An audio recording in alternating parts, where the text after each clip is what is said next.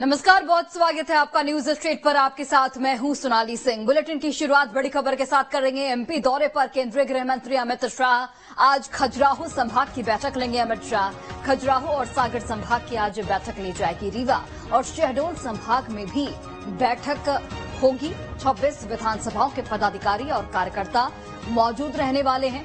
उज्जैन में road show और महाकाल बाबा के दर्शन भी करने वाले हैं अमित शाह। इसके अलावा 29 विधानसभाओं वाले उज्जैन संभाग की भी बैठक करेंगे। 30 अक्टूबर को इंदौर संभाग की बैठक लेंगे। ग्वालियर और चंबल संभाग की भी बैठक अमित शाह की ओर से की जाएगी। तो अमित शाह 3 दिवसीय दौरे पर हैं मध्य प्रदेश के, और इन 3 दिनों में 10 संभागों का दौरा करने वाले हैं। 10 संभागों में मंथन किया जाएगा, उनकी ओर से बैठक की जाएगी।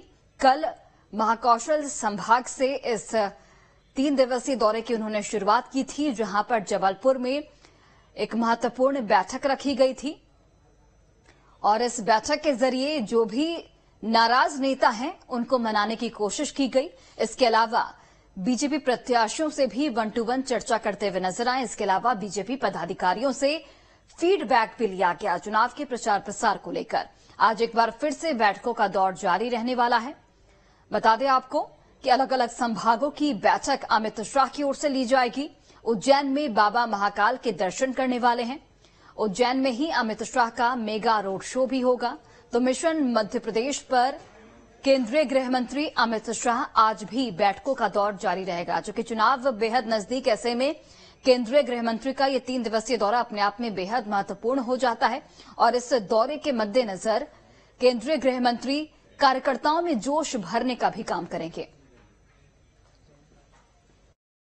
माननीय अमित शाह जी 29 तारीख को उज्जैन प्रवास पर रहेंगे। शाम लगभग 5:30 बजे उज्जैन आएंगे। सर्वप्रथम बाबा महाकाल के दर्शन करेंगे। बाबा महाकाल के दर्शन करके एक उज्जैन फ्रीगेज में टावर चौक पे एक विशाल जनसभा को संबोधित करेंगे। माननीय अमित शाह जी का रात्रि विश्राम उज्जैन रहेगा। इस दौरान कुछ संगठनात्मक गतिविधियां भी संचालित की जाएंगी। दौरे पर केंद्रीय गृह मंत्री रहने वाले हैं। मेगा रोड शो किया जाएगा। सबसे पहले बाबा महाकाल के दर्शन करते हुए नजर आएंगे। अलग अलग संभागों का अमित शाह की ओर से दौरा किया जा रहा है। कल महाकौशल क्षेत्र से उन्होंने शुरुआत की थी और कल भी महत्वपूर्ण बैठक हुई थी। जनसभा को भी संबोधित अमित शाह की ओर से किया गया था। आज उज्जैन संभाग के दौरे पर, और यहां पर आज सबसे पहले बाबा महाकाल के दर्शन करेंगे। चलिए अधिक जानकारी के साथ सहयोगी नीलम जुड़ गई हैं। नीलम, कितने बजे उज्जैन पहुंचेंगे केंद्रीय गृह मंत्री और आज क्या कुछ कार्यक्रम रहने वाला है? गृह मंत्री अमित शाह जो है 3 दिवसीय मध्य प्रदेश के दौरे पर है। और आज के अगर हम कार्यक्रम की बात करते हैं तो सबसे पहले सुबह करीब 10 बजे, मतलब थोड़ी ही देर में केंद्रीय गृह मंत्री जो राजधानी भोपाल के वीआईपी रोड में राजा भोज की प्रतिमा बनी है वहां पर माल्यार्पण करने के लिए पहुंचेंगे। इसके बाद यहां से वो खजुराहो के लिए रवाना होंगे, जहां पर जो है सागर संभाग की बैठक लेंगे। ये बैठक जो है करीब 2 से 3 घंटे चल सकती है। इसके बाद जो है वह रीवा पहुंचेंगे, जहां पर रीवा और शहडोल संभाग की भी जो है बैठक लेंगे।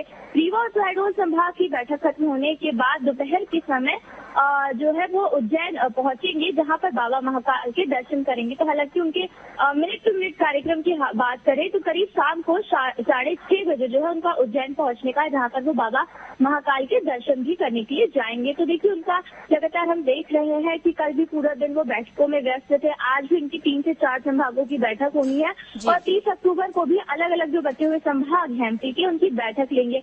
और इन बैठकों का एजेंडा यही है कि चुनावी अभियान किस तरह से चल रहा है, इसे और कितना आक्रामक किया जाना चाहिए, क्योंकि वोटिंग में बेहद कम समय बचा हुआ है। ऐसे में बीजेपी, हम लगातार देख रहे थे कि आचार संहिता लगने से पहले ही चुनावी मोड में आ गई थी और अब जब बेहद कम समय बचा है तो हर एक पहलू पर बातचीत की जा रही है। खास तौर पर कार्यकर्ता जो नाराज है उनकी नाराजगी को कम करने के लिए, वरिष्ठ नेताओं को साधने के लिए, ताकि जमीनी स्तर पर बीजेपी को किसी भी तरह की जो है नाराजगी का नुकसान न उठाना पड़े। जी बिल्कुल नीलम, और अमित शाह की कोशिश इन बैठकों के जरिए यही होगी कि नाराज नेताओं को मनाया जाए। इसके अलावा जिस तरीके से कल भी हमने देखा कि बीजेपी पदाधिकारियों से फीडबैक लिया, बीजेपी प्रत्याशियों से 1-to-1 चर्चा की गई, क्या आज भी जो दौरे हैं वो देखने को मिलेंगे और किस तरीके से आज जो स्ट्रैटेजी अलग अलग संभागों में बनाई जाएगी अमित शाह की ओर से, कौन कौन से और बड़े नेता यहां पर इन बैठकों में शामिल होने वाले हैं?